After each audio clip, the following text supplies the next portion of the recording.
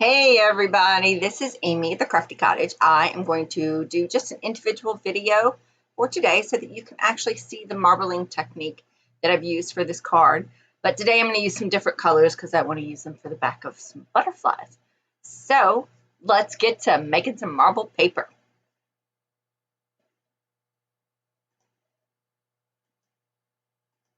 There we go. Okay, so now this is what you're going to need. I'm using my Stamparatus. You do not have to use a Stamparatus.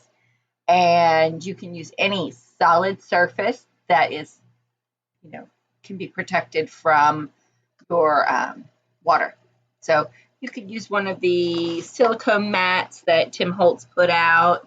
I had one on my desk, but I don't have it at the desk right now because I don't use it that often. After I started using this has been a game changer for me, and that has kind of been put to the back burner. I only use it when I'm doing glue and that kind of thing. I mean, you could even use your silicone mat. I don't think it would be a problem.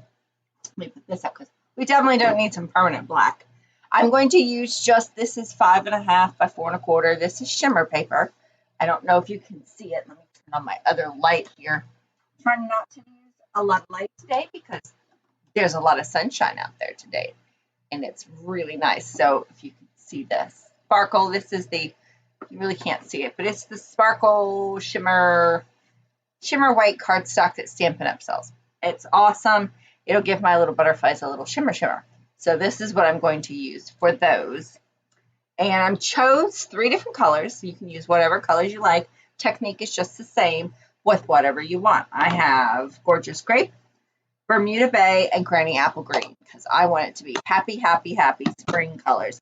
And I'm going to use my blends to put the ink on. I know in another video I showed you where I literally just smushed my ink pads down.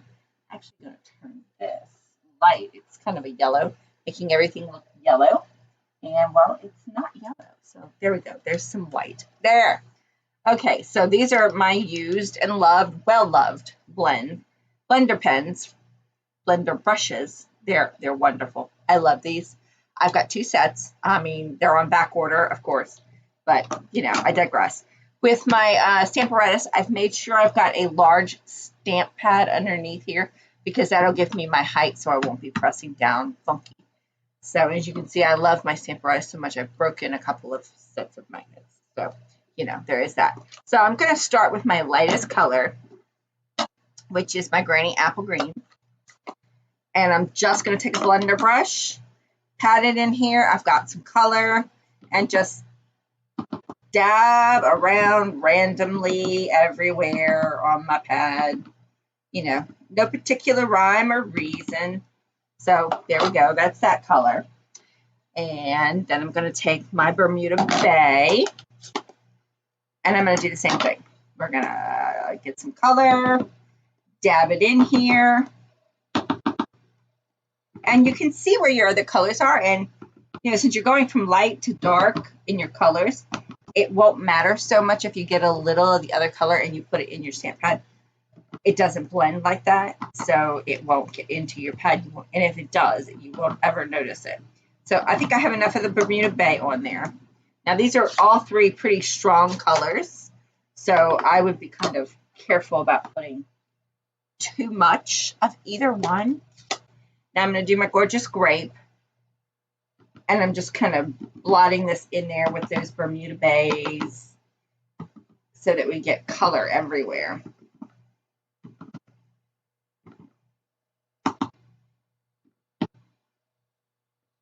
All right, I think that's good. Now, here comes the magic.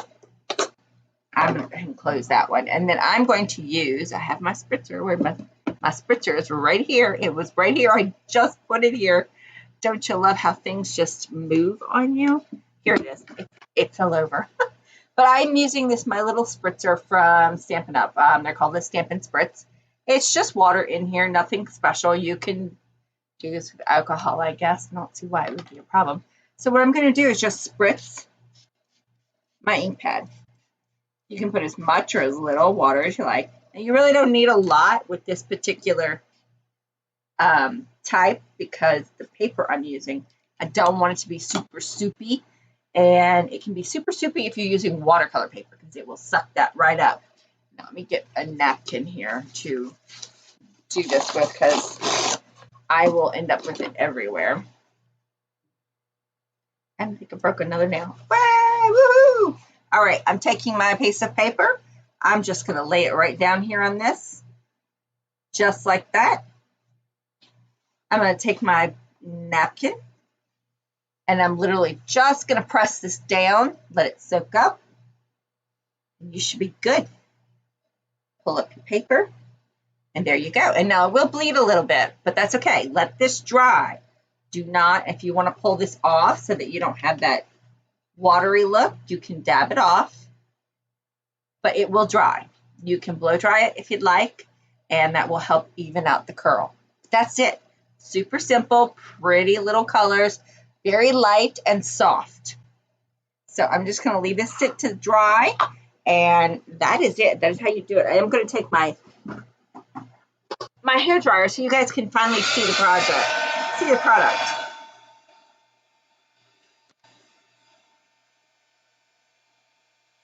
As you can see, as I'm drying it, it's kind of flattening back out. It's awesome.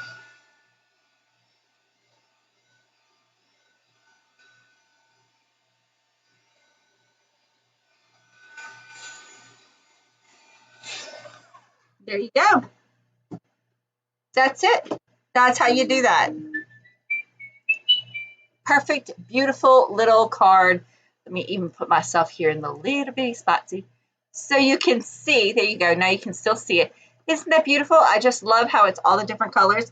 I can cut this part out. But like I said, I'm going to use this for some butterflies. And now that you all have been able to see the dies and such, I have them right here. Put this to the side. And I can just use this one die right here, plop it down here, and have the backs of my butterflies be this beautiful, beautiful, random colored set of butterflies. I think it's great. You all have a great day, and I hope you enjoy this technique and use it. Have a wonderful day. I'll see you next time. Mwah.